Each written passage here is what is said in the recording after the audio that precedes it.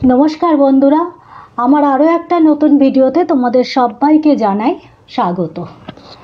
তো অনেক দিন পর আকাশে দেখো কালো মেঘের ঘনঘটা দেখা গেল।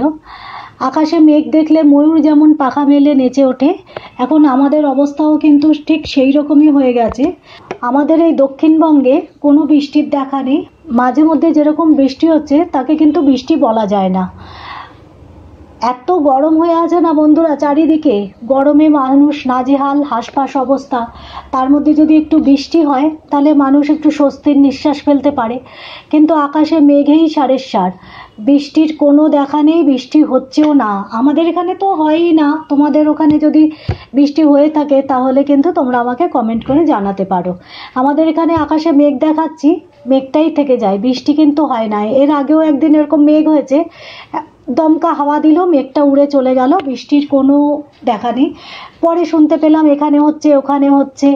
যদিও আজকে খুব সামান্য অল্প একটু বৃষ্টি হয়েছিল, সেটাই কিন্তু ভিডিও করে তোমাদের সঙ্গে শেয়ার করলাম। কারণ এই বর্ষাকালের প্রথম বৃষ্টি এটাই, আমাদের এখানে কিন্তু বর্ষাকালের প্রথম বৃষ্টি কিন্তু এটাই।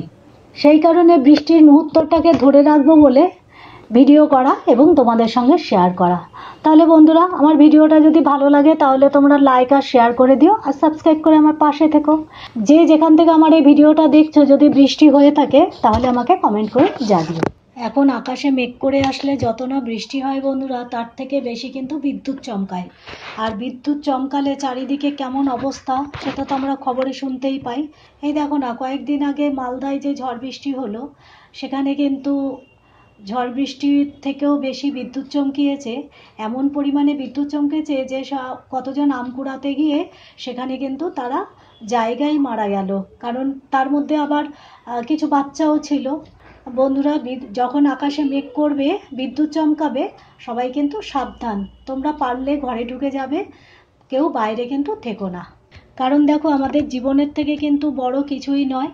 আমরা যদি জীবনে বেঁচে থাকি তাহলে আমাদের অনেক কিছু হবে, যদি জীবনটাই না থাকে তাহলে আমাদের আর কিসের কি বলো। সেই জন্য সবাই কিন্তু একটু সাবধানে থেকো। বিদ্যুৎ চমকালে অবশ্যই সবাই চেষ্টা করবে ঘরের ভেতরে থাকা, বা যেখানে ছাউনি আছে সেরকম একটা জায়গায় থাকা। খোলা আকাশের নিচে একদম কিন্তু কেউ থাকবে না।